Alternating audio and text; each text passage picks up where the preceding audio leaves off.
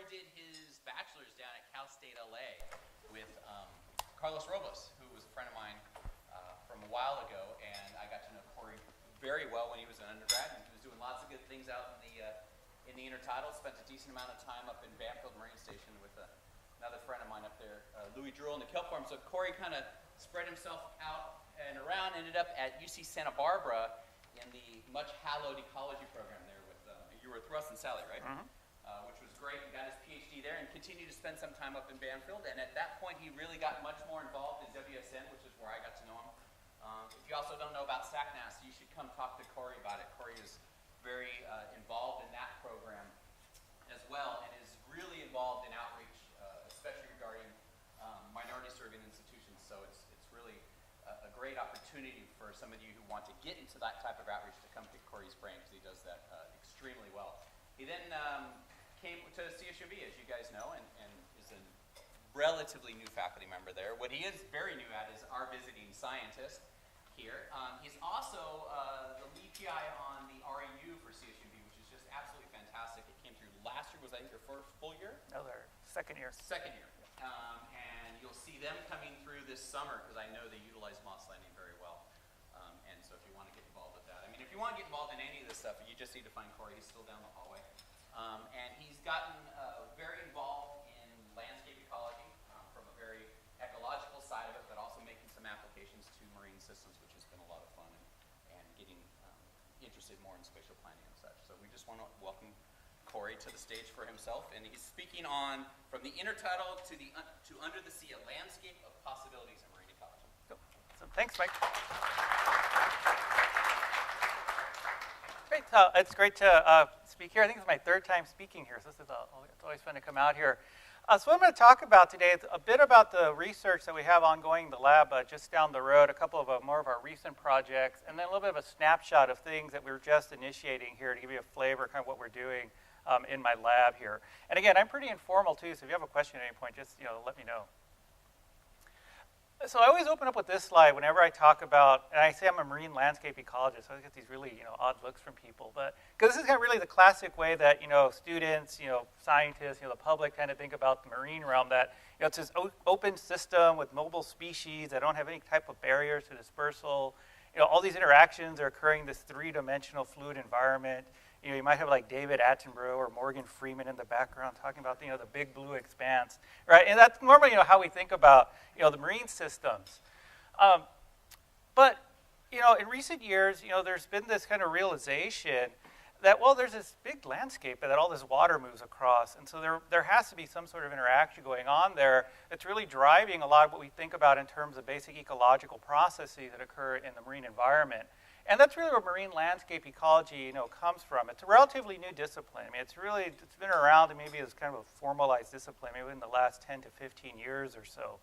And really, what it's doing is that it's combining, questions and techniques from the field of marine and landscape ecology to really try to look at spatial dynamics in marine systems. In fact, that's where I was trained at Santa Barbara. A lot of people don't know that I was trained in a joint program between the ecology program and the geography program there. It was an RTG program that they started up at the same time as NCs, and the whole idea was to train a whole new generation of what they called spatial ecologists. But what was funny back then is nobody knew how to define what a spatial ecologist was. So it was always funny watching Bill Murdoch and Mike Goodchild argue with each other over what that actually involved. So years later, I think I'm one of the few who actually came out to do spatial ecology as sort of a full-time career.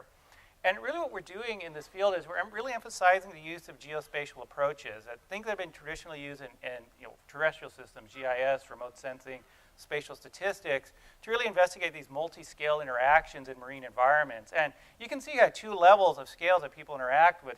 This is this classic NOAA seafloor mapping one, where you can actually go out to the ocean and map broad swaths of the seafloor. Or that's me out at Point Lobos, I think about a year after I got here, where I'm mapping small microscale interactions in rocky intertidal systems. So that's really about what we're doing in marine landscape ecology. And so what's really sort of caused this explosion in people doing this kind of marine landscape-based approach? It's really the explosion in technology. You know, I teach GIS just down the road at CSUMB. Whenever I talk to students, I always talk to them that, you know, I'm kind of from this weird generation where I bridge the gap between the, you know, the abacus and, you know, computers at this point. You know, where I went to college, they were phasing out, you know, punch card computers when I first got there, and it was when they were getting, you know, Windows systems. When I went to UCSB, it's when Windows 95 came out. And so that a desktop, as most students think about it now, that's when it happened there. And I remember I had the fast computer back then as part of that grant, and it was 480 megs of memory, right? And it was the burning hot computer in the department. But really, within the last 20 years, you know, we've had this explosion in technology. When you look at seafloor mapping, right, we've moved from single beam to multi-beam high-resolution mapping, where instead of having 10 square meters that you're mapping down to, you can map down to, you know, a scale of 1 square meter. So the resolution's gotten better. You know, GIS has gotten much, much better. Right, when I first learned as an undergraduate at Cal State LA, we were still dealing with vector maps.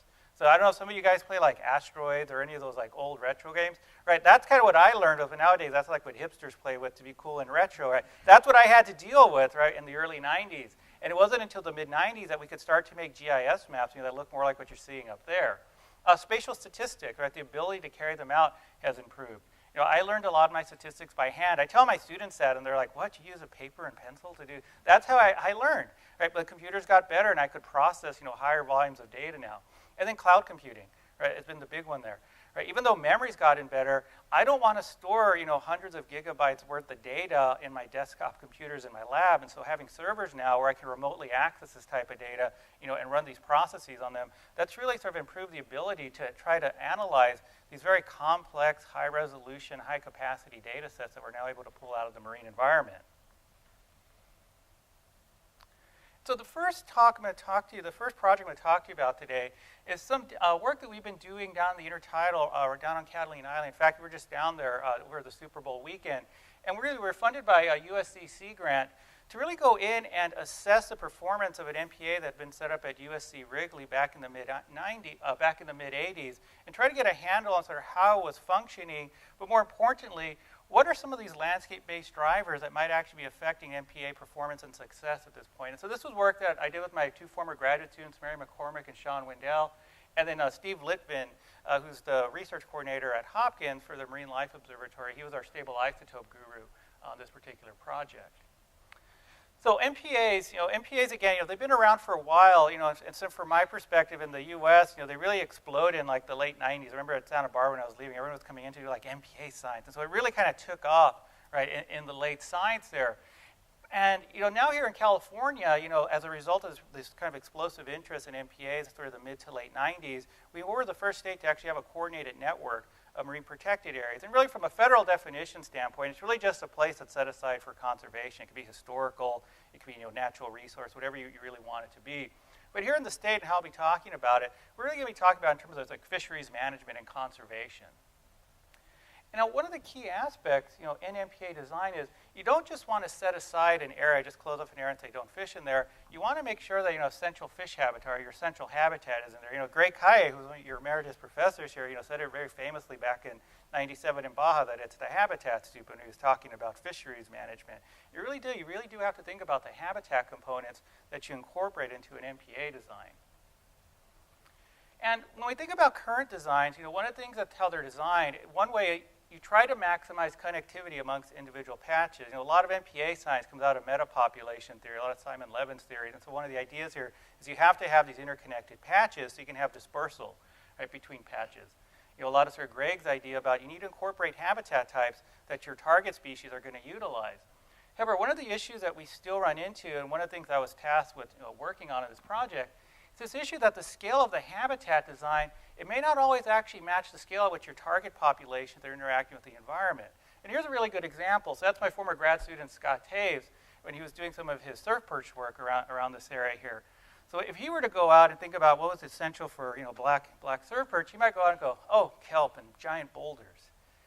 That's really coming from his perspective, right, how he interacts with the environment. Those are the important components. But now if I go to my old friend Piesaster over there, I could care less about the kelp or the giant boulders. It's really keying in on these sub-centimeter level components like the barnacles. Right? If you're getting into sort of grazing gastropods, right, it's going after things like diatoms. So they're really interacting at a scale that's much, much different than how we traditionally try to design or set aside MPAs there. And so what you wind up with on occasion is you wind up with these scaling mismatches in the design and implementation of an MPA relative to how your target populations that are actually utilizing that habitat. So the case study here that we were working on was the spiny lobster, Panularis interruptus. Every time I tell people from outside California we have lobsters, they're shocked to hear this. We actually do have lobsters. It's actually one of our largest fisheries. I think economically, it's about the third largest fisheries in the state, in this case here. Paul Dayton did a lot of the early work with this, documenting it as an early keystone predator in kelp forest systems here, in particular controlling abundance of the sea urchins there. What was a little less known up until about the late 80s was that lobsters were also a key component or key predator within rocky intertidal systems. So this was a lot of the work that Carlos Robles did in the late 80s. Traditionally, we kind of think about them as these subtidal species, these like very romanticized, version of, lobster diving, in the fall time. But in the summertime, one of the things that they do is they actually cycle up into the rocky intertidal zone to forage. These are actually photos that Carlos took back in the late 80s. I actually used to go help him set these things up when I was an undergraduate. And what you're looking at in the first frame up there, you're looking at the tide coming in. You're looking at various fish coming in. As the tide starts to increase, you start to see the first lobsters pop up. At slack high tide, you get your maximum abundance of lobsters out there. As the tide goes out, they start to move back. Back then, we actually used to dive. I still make my grad students do that. We would dive the intertidal at high tide, and when you'd grab these, the majority of the lobsters that you'd find in the intertidal at that time, they were egg-bearing females. And so one of the hypotheses that we had there is that they're possibly foraging the intertidal to offset a lot of the energetic costs that are associated with producing eggs in this case. So what we did is back in 2012, we went back to Catalina and reestablished a lot of Carlos's old sites. Because what he had, and he actually wasn't thinking about it in that way at the time, he had one of the few data sets in the world where he had two sites where in the middle of his study, one site was designated an MPA, and then he continued following it long after. So he has one of the few Bakke-designed MPA studies that's out there. And so it's a very long-term time series data set. And so we actually went back and reestablished his site. He had really stopped working there consistently around the early 2000s or so. So we went back and found the study benches that he used in his early lobster ecology experiments. And so these sites were based out of the USC Wrigley Lab out on Catalina Island. You can see this is the Wrigley Lab in Fisherman's Cove, which was designated the MPA site. And Carlos was tracking 3 extensive benches out there beginning in the early 80s. Then we went out to Bird Rock, which is our non-MPA site here. And he also had 3 very extensive stretches of the rocky intertidal bench that he had been monitoring and studying for upwards of 20-plus years. What we did is we went out and we reestablished his 20-meter transect lines. There were these large band transects that he had that ran 20 meters along shore and then ran a vertical range of approximately 3 meters. So they're fairly expansive benches there. And so most of the work we were talking about was work we did in the summers of 2012 and 13. And the reason we do it is because that's the height of the lobster reproductive season. So we actually wanted to try to track these lobsters over the course of this field season. So some of the general methods we used, we did a lot of diving. Those are my students, Sean and Mary. Sean always looks like something's biting his legs whenever he comes up. I don't know why he always has that look. But what we do is we would actually go to these sites during the highest nighttime high tides, and we would do hand collections of lobsters there. And we'd bring the lobsters back to the boat. We actually had a runner. We had like a snorkeler who was the runner between the dive team out on the benches and the crew back on the boat. And we bring them in, and we take our general measurements of them, size, sex, reproductive condition, and so on. We would then go back the following low tides. This is when we weren't getting a lot of sleep because, as you might guess, the best high tides are in the summer, always followed by the best low tides. So we're usually back out on the field about 3 hours after our midnight tides. We would actually conduct a series of photographic transects here. So we actually did go back and reestablish a lot of the old boats that Carlos had. And so you're looking at here inside of the MPA at Fisherman's Cove. And we ran these 20-meter transects along the entire width of this bench here. Every meter, I would go there and I would take a photo quadrat. We had these cones that were in the corner of each of the photos. And what they did is they actually served as control points that a second team running a TopCon total station, they would actually go and survey the location of those cones there. And then later on, we could actually import those coordinates into a GIS database. Then it allows us to rectify those photos on top of the total station coordinates that we have. We would actually also take a GPS reading. We have a benchmark that we've drilled into the rock here. We could then actually then extrapolate those coordinates back out to the photo transects. That also allowed us to have real-world coordinates attached to all of our photographic information, as well as any sort of data, any species data that's in here is also going to have geographic information attached to it. Some of the fun things we could do is we could actually then turn these into three-dimensional models. So this is where I kind of get my students' attention. It's like, how many of you like play Xbox? How many of you play like Xbox or like PlayStation? Don't be embarrassed. I play too, so there's no shame.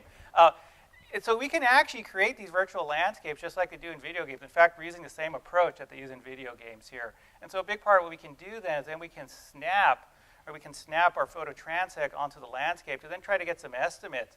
Right? How does that underlying landscape relate back to some of the patterns of diversity and distribution that we're seeing along our photo quadrants? So these are some of the general survey results that we had. So we did a lot of diving, and this is what we found. There were more lobsters outside the MPA by quite a large magnitude. So this red bar here is Bird Rock, right, which is our non-MPA site. The blue bar here is the MPA site, Fisherman's Cove. This is the one that had been set up back in the mid-'80s. And so there was almost 2 to 3 times the number of lobsters out at Bird Rock than we were finding inside the MPA. And in fact, when you actually split out the nighttime survey, this is all from our dive surveys, you'll notice that at high tide, the majority of your lobsters, you're actually seeing them in the intertidals. In fact, it actually looks like they are heavily utilizing the intertidal at high tide, right, during the summer reproductive season. If you actually dive at daytime, which is, we did that as well, they're not there. They're actually back in the subtidal in these small rocky crevices hiding out. When you did reproductive condition, you go back out to Bird Rock, you have a much, much higher proportion of egg-bearing, reproductively active females in this case here. If you go to Fisherman's Cove, you do find a few reproductively active females. There just aren't as many there. This lobster, that's an example of a female from Bird Rock, right, the non-MPA site. That's normally what we would find out there. You would rarely find that, right, inside of the MPA site, which was the Fisherman's Cove at Wrigley. And these are even some of the long-term trend results, that Sean was playing around with. You can see somewhere around, the 90s or somewhere, there was a big shift in the abundance. You can see the two sites where they were roughly tracking themselves, right up until about the 90s here, and then something happened, we don't know what, that caused a big shift, right, in the population numbers between the two locations there. So it looks like there had been some long ongoing shifts in the population numbers between the MPA and the non-MPA site out at Catalina Island. So what did we come up with? These are just our general lobster survey results. Well, we had more lobsters outside the reserve. That was not our hypothesis going in. Right? I went in going, okay, well, that MPA, that was totally opposite of what we thought would happen. We saw larger lobsters outside the reserve. On average, lobsters were much larger outside that reserve. And then we had a higher proportion of reproductively active females outside the reserve. This is all counter to what we thought we were going to find, right, going into this particular study. Why is this happening? What's the difference? Well, we have to get back to the question of habitat. Were there differences in the habitat? It turned out, lo and behold, yes, there were. So one of the things that Sean was tasked with was putting together all of these photo transects and then going in using ArcMap and classifying the habitat components that are in there. So that's actually what you're looking at right here. This is Sean going in and classifying these habitat components into a GIS raster model. And so the different colors on there correspond to different groups of species. These browns here are some of the brown algae. The pinks here, these are coralline algae. The black pixels there, those are mussels. That's the one habitat component that's missing in Fisherman's Cove, the MPA site. We found no mussels in the MPA site there. We actually found mussels out at Bird Rock. And that was kind of the major habitat difference that we saw there. So then the next question that we get asked, well, are they actually eating the mussels there? That's the difference. Because if you think about mussels, they're a more energetically profitable prey item than something like a barnacle or even a shore crab in that case, right? Especially if you're a female who's going to try to produce a lot of eggs, you want something with a high fat content that can feed into the energetics of having to reproduce and then produce all these eggs. So that's when we started using stable isotope analysis. One of the nice advantages of the stable isotope analysis is that it allows you to sort of get an idea of what an organism is integrating into its diet over a very long time scale. Gut content and analysis, it's a little more touch and go. That's how we used to do that, right, back in the old days. You used to pull the lobsters up and you crack them open and you go through their gut content and you have a big taco barbecue with lobster tails afterwards. You can't do that anymore, right? We can't do that anymore.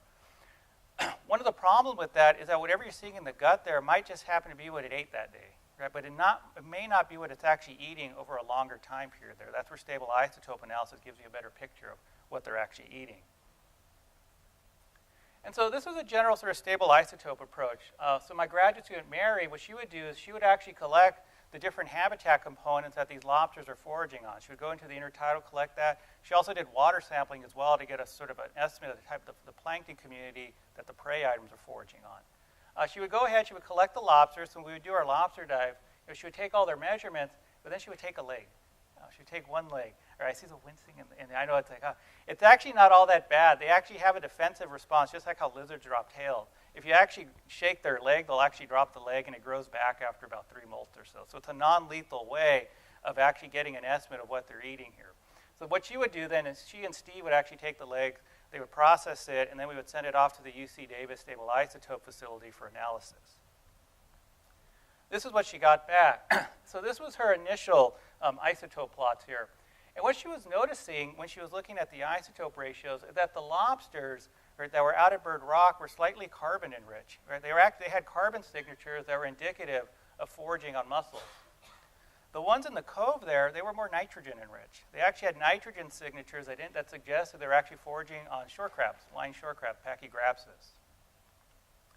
So what she did was she actually took her stable isotope data and she put into an R package called MixER. It was actually developed by Bryce Simmons down at Scripps, and it's a way of trying to figure out, based on the isotope values, what proportion of a total diet does a single prey item make up in a predator's diet profile here. And so this is what she analyzed here. When you go to Fisherman's Cove, which is the MPA site, about 80% of the isotopes in there, or 80% of the diets of the lobsters, are shore crabs. And the shore crabs that are out there, they're really tiny. They're not like the ones here in Monterey. They're very tiny. They barely get bigger than a quarter, right, on occasion. So they can be pretty small. Occasionally you'll see some big ones, but they're normally pretty small. If you go out to Bird Rock, about 72% of their diet are mussels. The mussel Middleus californianus, which is out there.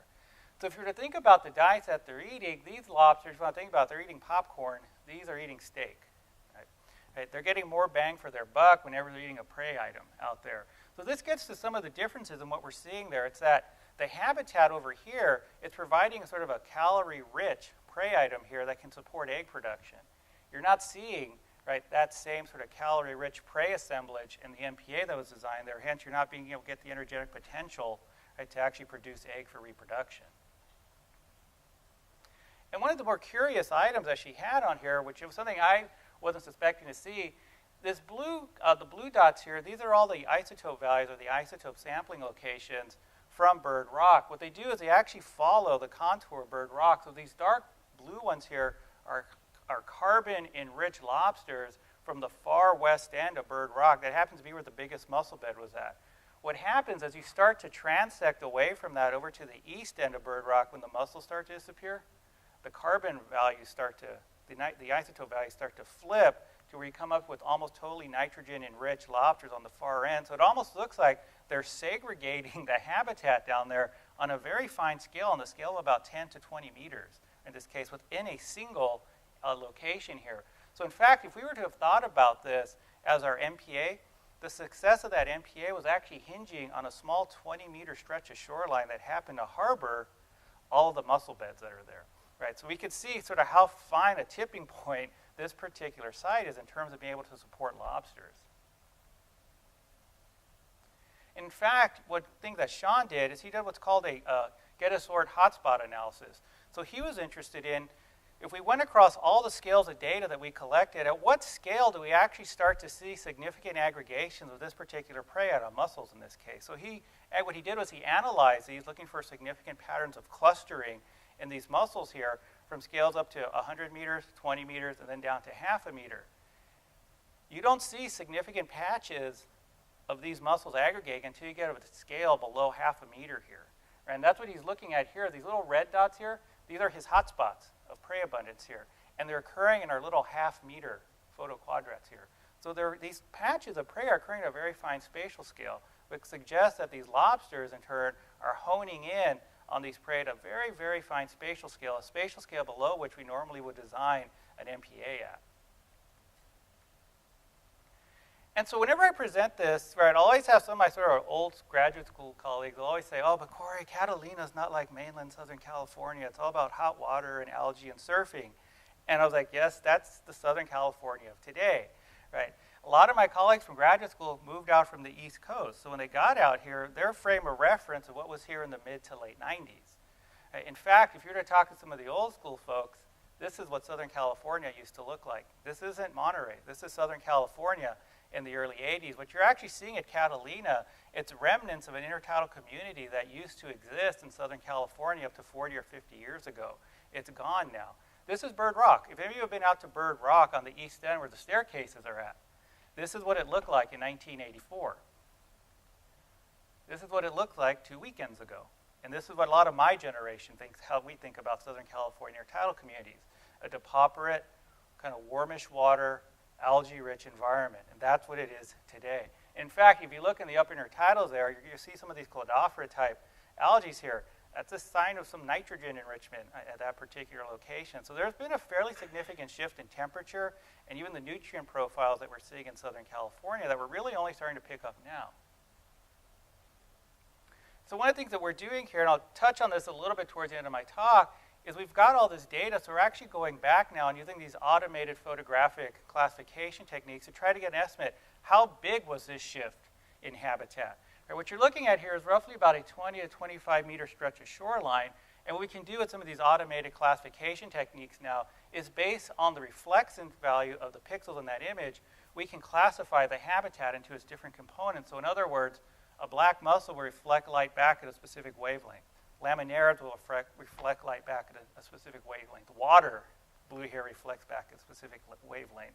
So a big part we can do then, we can import this back into something like ArcMap and then tell it, can you tell us what percentage of this image is composed of these mussel pixels, these laminaire pixels, and so on. And that way we could actually get an estimate of what the spatial extent of mussel beds used to be and then what they are now. In other words, how much have they changed? So the conclusion of this particular part of the study, right, it's what Greg said years ago, habitat matters, right? That's kind of an obvious one. Nowadays, back then it was almost sort of groundbreaking. And really the question you have to ask yourself when you're thinking about designing an MPA for a particular species is what suite of prey does that underlying habitat offer? And what is your target species actually eating, right, in this case? And for this particular example here, and this is just one example, but for some species you might have to consider higher resolution assessments of habitat type, especially in reserve design for things that are sort of utilizing a habitat at a sub-meter scale or below. And when you start to also think about reserve design, what we think about performance, you might want to think about incorporating consideration of this microhabitat composition and the energetic potential, right, of that habitat in this case here, because that's going to be a big part of that. Right, because the energetic performance, right, of an MPA, if you're thinking about egg production, for example, that requires a lot of energy. That energetic potential, right, originates at a sub-meter scale and can really depend on the underlying landscape composition. And so things like energetic performance of reserve, right, that could add to the additional metrics that are currently used to assess MPA performance and success when you add them on to things like size and abundance. If you want to think about energetic performance, that could be an additional component that you can add in to try to determine how successful is an MPA operating. Okay, so that was the intertidal. So what I'm going to do now is I'm going to put us on a boat, and we're going to go way offshore, just north of San Francisco, off to Cordell Bank. So this is an older project that I worked on when I first got here. This is a project I did with Rick Kavicek's group. They got stuck with the stats, so I came in and kind of loosened up the stats for them a bit on here. But it's really about how can you use kind of seafloor data to predict the distribution of commercially important fishery species here. And so this is a work that came out in MEPS back in about 2010. And then Mary Young was the lead author. Mary was around here for a while as one of Mark Carr's graduate students. She's now down in Australia doing a postdoc. So if you haven't been to Cordell Bank, it's just off of Point Reyes up here. It's in some fairly deep water that gets down to about 300 meters. So that's a little too deep to dive down there, so you're really not going to be doing dive surveys down there. So when you're talking about this type, right, of species habitat assessment, you're talking about using submersibles, right, and multi-beam sonar. Right? You're not talking about going down, putting on your fins and going for a dive, because that's just not going to happen. And so this particular project was funded. It was funded as part of the state mapping initiative, which mapped all of California state waters. So what you're looking at here is a high-resolution map that Rick's group produced of Cordell Bank. And so the idea here was, can we use some of these geological features to try to predict the distribution of rockfish, which are a managed species here, right, at these particular depths? And so what we pulled out in terms of from this map as part of our statistical analysis were things like depth, slope, rugosity. Rugosity is just kind of how rugged is it? Rugged, or is it a smooth surface? TPI, which stands for Topographic Position Index. It's a relative measurement of like a seamount, right, off the bottom of the seafloor, because you can't use, the traditional, height above sea level here. It wouldn't make sense, right, that deep. And we can also use distance for rock, right, as another predictor. How far away are you seeing or not seeing, right, a particular fish species from a rock? So the data here was collected by Submersible. It was Dan Howard and Dale Roberts, who were part of the Cordell Bank sanctuary program there. So they ran a series of transect lines, did a lot of video surveys there until they classified, what they saw as a function of their location across the bank here. So this was the observation data, right, that we wound up using as part of this particular project. So then what we could do is we could actually use an extension or a plugin that's known as MGET. The acronym stands for Marine Geospatial Ecology Tool. It comes out of Pat Halpin's group at Duke. It's a very simple plugin that you can incorporate into ArcMap, and it allows you to integrate either R code or Python script to do statistical analysis directly onto the map that you're producing. And so if you want to think about it, it's really kind of a GLM or a regression model, if you want to sort of really simplify it, where you have your input or your predictors, which are depth, slope, this VRM or rugosity measurement, TPI, and then the distance to rock. And your dependent variable is simply the presence or absence, right, of the fish species that you're interested in looking at here. So in this sense, it's kind of like it's a logistic model is really what you're looking at. Then what gets output is not just the statistical analysis, but you also get a predicted distribution map. In other words, what you actually get produced, it's a seafloor map that has the probability of occurrence of your species across that landscape. So this is what got outputted here. So this is Cordell Bank, and then the different colors in this example represent different probabilities of whether or not you're going to see that particular species of fish at a particular location. And so the reds here indicate you have a high probability of seeing that species. The blues and cooler colors represent you have a lower probability of seeing that species. So part of what's done with this is this probability map gets produced, then it gets tested against real-world observations, and when you compare the two, the model has about a 92% accuracy rate in this case here. So just using geological features alone on the seafloor, you have about a 92% success rate in predicting the distribution of something like yellowtail rockfish. Now, that's great, right? This is where they're at. But if you're a fisheries manager, you're like, well, yeah, that's great, they're there, but like, how many are there? That's really what I'm after here. That's a big part of what I'm after. So the next question was, can we now use the same approach to map out density or predict density locations? So we can take the same exact approach, have our same predictor variables. However, in this case here, instead of presence-absence, we simply put in abundance. But what gets output now, instead of a probability of occurrence map, you get a predicted abundance map. This is what gets output. You'll notice the colors have shifted. Some of the red spots that were red are no longer red. And some of the red spots are redder now. So what you're looking at here, in this case here, the red spots indicate locations where you're highly likely to find high concentrations of yellowtail rockfish. The cooler colors represent locations where you're potentially going to find lower concentrations of yellowtail rockfish. When you run the stats, the two terms that run out as significant in this particular model are slope and TPI.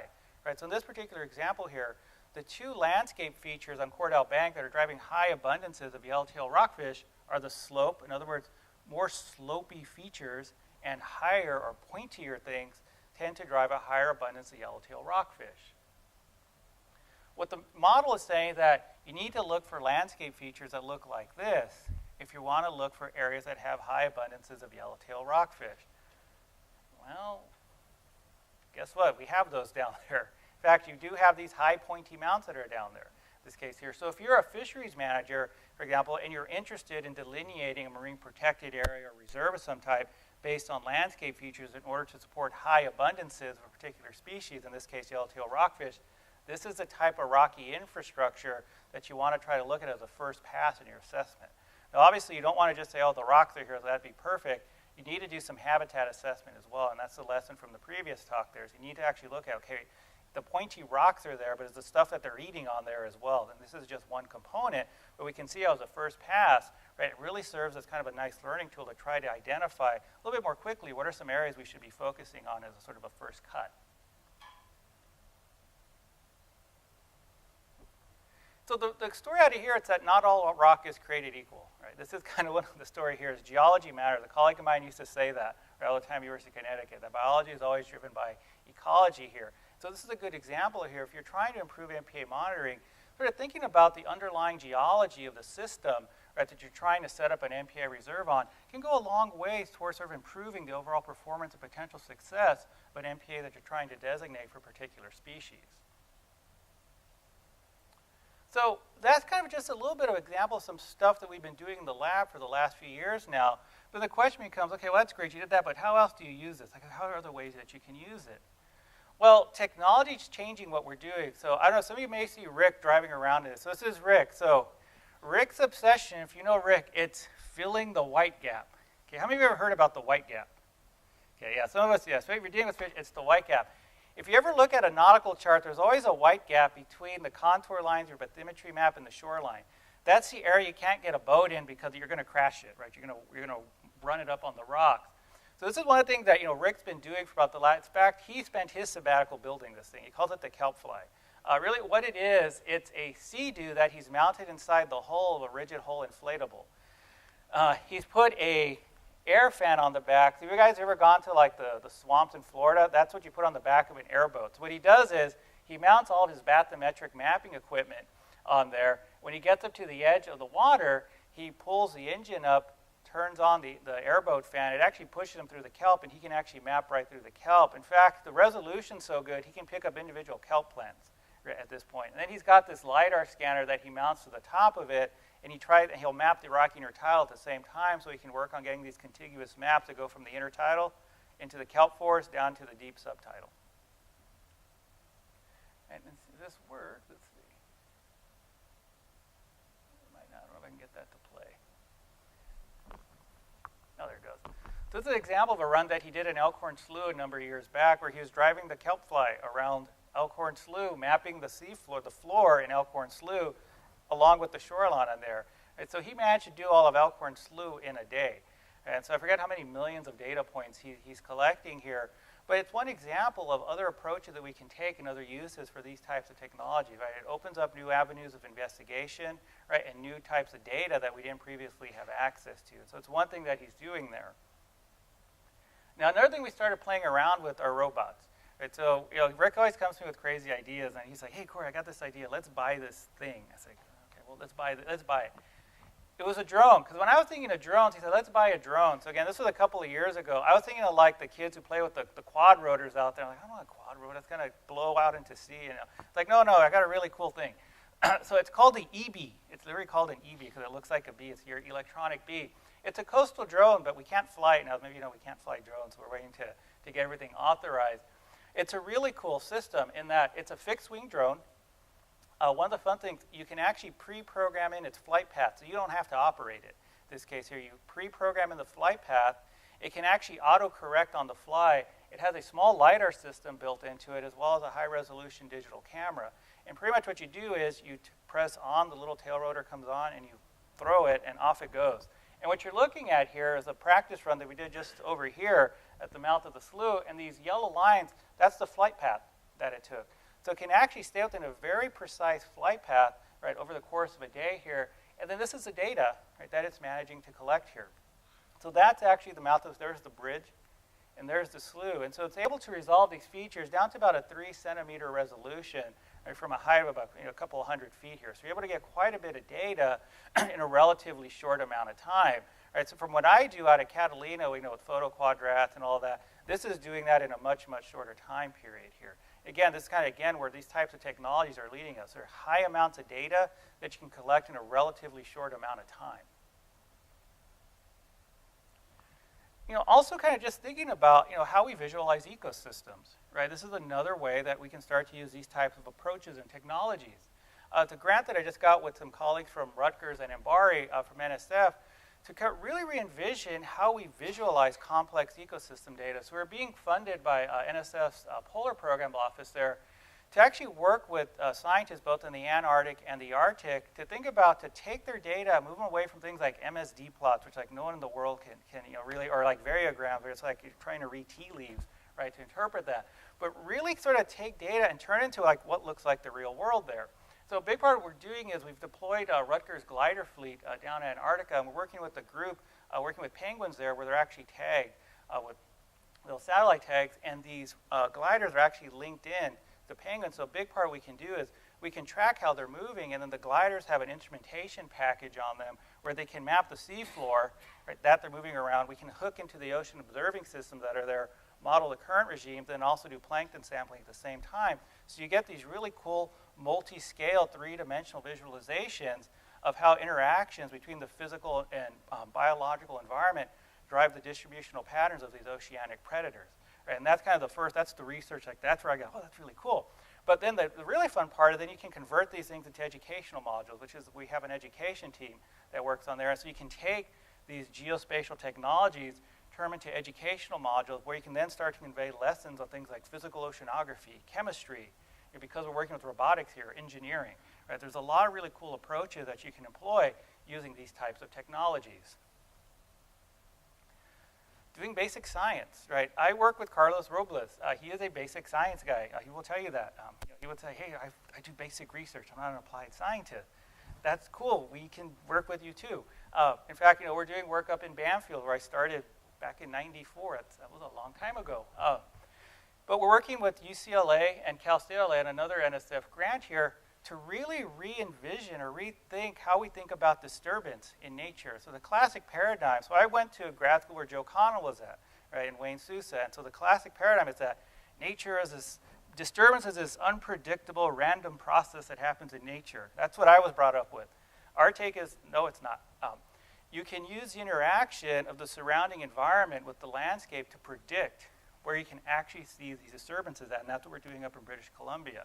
We're using GIS and high-resolution mapping to model how the three-dimensional complexity of marine environments makes them more or less susceptible to the disturbance event.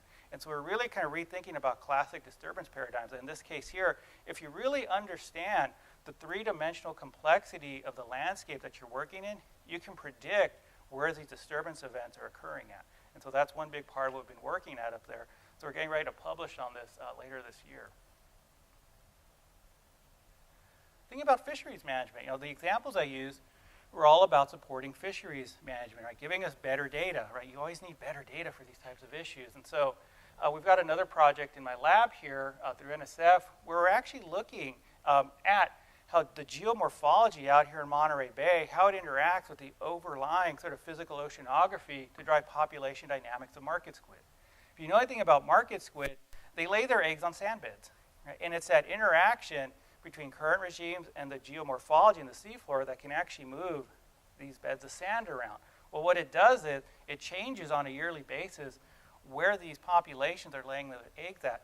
Those eggs, in turn, actually serve as this really neat biogenic habitat that sort of attract all these other species here. So you get these little ephemeral patches, right, of communities that occur on a seasonal basis here.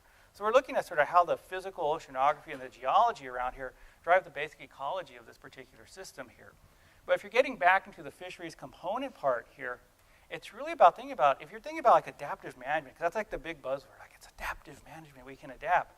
Well, if you've got an adaptive management plan where you're thinking about incorporating spatial temporal dynamics into that plan, this type of approach can give you some really good information and allow you to make better informed decisions, right, when taking this type of adaptive approach. And then finally, thinking about climate change and historical ecology. This is the example I was talking about with Catalina that, my generation, we've had a lot of ecological knowledge lost to us. I presented this photo at WSN. This is Orange County in 1973. It looks like Banfield now. This is what I see in Banfield in the summer. If you went down to Orange County today, you're not going to see that anymore. You have mussels in that photo that are about 20 centimeters in length, and paisaces are about this big. I challenge you to find that anymore in Southern California. Right, this is lost. This information was lost to my generation. So this project was also born out of WSN. Having beers at WSN is really where this came from with Carlos and Bahani Becker. We were kind of reminiscing about stuff, and then Bahani remembered there were all these old photos, and Carlos remembered, oh, Steve Murray has these photos, and I think Rich Ambrose has that. Turned out all these guys have been working down there for years. They'd never actually consolidated all that information to one centralized location. So there's about this 40-plus year photographic record of what the intertidal communities used to look like down in Southern California.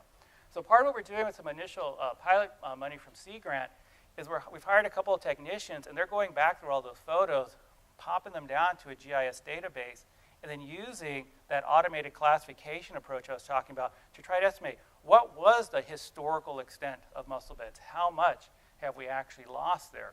Because one of our hypotheses here, when you look at the oceanographic data, it's that climate change probably started a lot earlier than what we think about it. And we think it happened. It probably didn't start in the mid-'80s or the early '90s. It was probably starting about around the mid-'70s or so. We just weren't looking for the signals of it right back then. So this is a way of going back and trying to get an estimate of when do these impacts actually start. And also, if you're thinking about conservation and restoration baselines, it also provides us a way to go back and sort of think about, do we have to reassess the conservation and restoration baselines that we're currently using? So before I close, I'm a CSU faculty member. My primary job is to teach. I always tell people that. I'm a teacher first and a researcher second. There's a little bit of my soapbox here, but as a student, what I think you guys should be doing is getting yourself a technique you can use, a skill set. Right? When I get students applying me for graduate school, I always get sort of three categories: the animal person, the ecosystem person, or the diving person. Right? That's all well and great, but the other 50 people that have contacted me all have the same three interests. What I'm after is, what's the unique skill set you're bringing to my lab that's going to allow us, right, to enhance what we're already doing here? Are you bringing a genetic background, statistics? Are you a mathematical modeler? What's that cool skill set? Right, and for me, I lobby for geospatial tech, right? And so, a big part of what I do, I run this Coast Geospatial Network. Throughout the last few years now, we've been running this geospatial workshop. We're bringing a group of about 10 to 12 CSU faculty and their graduate students up to our campus, and they do a boot camp. They do a geospatial boot camp. And we match them up with another group of about 12 sort of UC, federal, and state agency scientists to really sort of talk to them about and train them on how to use geospatial tech, what are the approaches here. Right? And so it's a real great way to integrate, right, geospatial tech with people already doing the CSU system or in other areas of the state there, both from an educational perspective, but also for enhancing, what more can your research be if you were to potentially integrate these types of questions, technologies, and approaches in your own work. And so with that, I'm happy to take any questions.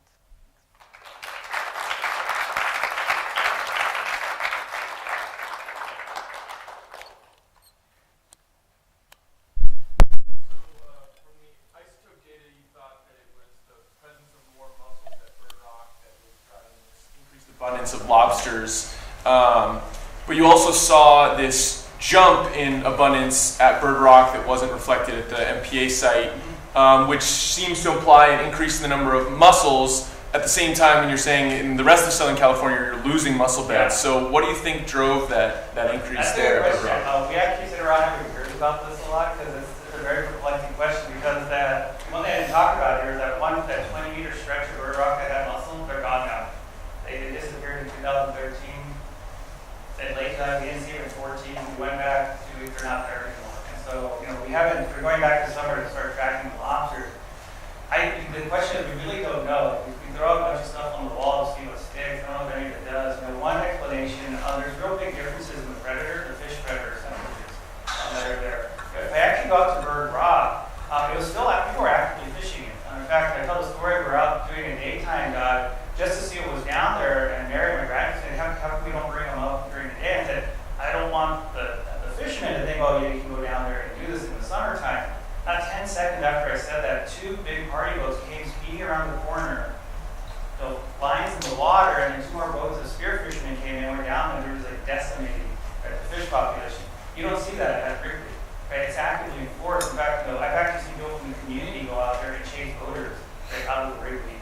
MPA, when you dive there at night, there's giant black sea bass. They scared the hell out of Sean when I snuck up behind him and tapped it. He's like, the water. That's why I always say, look, they're not they're known to take down lobsters. They'll take them down. You have a lot of ground foraging fish. There's a massive leopard shark population. I talked to you, there's well, they're probably eating the small ones. Right? So I think that's one of the major differences there. But to test that, I don't know how. You have to go back in time and be able to test, if they were actually shifting these fish population dynamics, and really shifting what they're eating. That's kind of the only thing I can think of right up to this point. That there's some big difference in things they're potentially preying on the lobsters between the two locations that happen, sometime after that implementation of the MPA. But again, there's a big gap in there because Carlos stopped going on a consistent basis around the late 90s. Right? So there's some pretty big time gap there. We've been kind of filling in a lot of the back end of the data set to try to get a better handle of kind of the trend that we're actually seeing and the differences between the MPA and the non-MPAs. Yeah. Corey, has in your own personal experience, has a model ever told you more than your eye did by looking at a map? Oh, like a GIS model? Well, it seems like it's all topography based. Yeah. And once the map is there, you look, and if somebody were to ask you where's a habitat, would anything mathematical ever tell you something more than your eye told you? Yes, in fact, it did, and it resulted in an experiment we'll never do again. It was actually the landscape modeling that we did in Banfield, where we were getting the modeling, the model we're working with, his model were very interested in how these mussel boundaries moving up and down the shoreline. And in some cases, it was actually overestimating the extent and underestimating the extent. So in other words, these boundaries were higher than we expected or lower. We couldn't figure out what we were missing in the modeling. Then we figured it out. We're looking at the map, it doesn't make sense. What's missing? The disaster was missing. In fact, the modeler says, well, you know what? If you drive up the predation intensity in these systems here, you could actually cause these recessions in the mussel bed. It was actually a function, it's partly a function of the landscape too. So the more complex the landscape got, the less you would actually see these mussel beds recede. When the topography got less complex, the actual bed would recede further. So we asked Carl, how do we do that? He said, well, can't you guys just dump a bunch of high tasks? Oh my God. So Carlos actually got an NSF grant to do that. In fact, that's what we did. That was my postdoc. I spent 3 years dropping 1,000 high disaster onto 6 rocky benches every month for the course of about 3 years, while at the same time pulling them off the rocky bench. In other words, we're doing Bob Payne's experiment, just adding this additional stuff. So in fact, that's what happened. That turned out to be the explanation. There are these very sort of different rates of predation that are happening on these mussel beds. Like they're being influenced by the variation in the landscape topography that are actually happening. Now it's something we learn out of how to start looking at the picture. We had to combine the mathematics with the map and try to figure out what's the mechanism causing that. So one of the themes you brought today was that the coarse look at the landscape isn't necessarily very useful at looking at how organisms actually utilize the landscape. Yeah. But at one point, the manager's going to want to know what's driving landings in the entire region. So how do you re-scale it back up? So what you do is you're bringing it down, you're getting the connection because you now are looking at the appropriate scale for organisms to habitat, but then you got to bring the whole darn thing back up to the population of the fishery. Are you doing this throughout the entire region at a small scale simultaneously, or is there another way for you to do that? That's a good question. That's one I haven't thought of. That's a good point. We're going to have to ask how you. So that would bring bariographs back and look at the Well, scales? we do that, for some of our work, and we do try to assess, like the clustering of mussels, for example. That's the use of variograms to assess where we see these patterns at. And the variograms are in part to do that. What they can tell you is that you're starting to get a different pattern at that spatial scale. Then the second part is, okay, then you got to figure out what's actually providing that variation at that scale. The variograms are only going to get it. What's causing the muscle loss? The hypothesis is that there's been a big shift in primary productivity in Southern California. Actually, there's a Johnfield paper on that way back. And it's actually, there's been these declines in oceanic productivity that he hypothesized are linked to shifts in the atmosphere in this case here. And she had these shifts in the productivity that started around the 70s. And so that's kind of the underlying hypothesis. So you have to actually have to test it to figure out whether or not that's been ongoing for 40 plus years. But that's kind of the data hypothesis, shifts in primary productivity. All right, one more question. Corey, is your LiDAR drone really expensive? Yeah, it's about 30,000. Is it? Can it replace Rick's jet ski or? And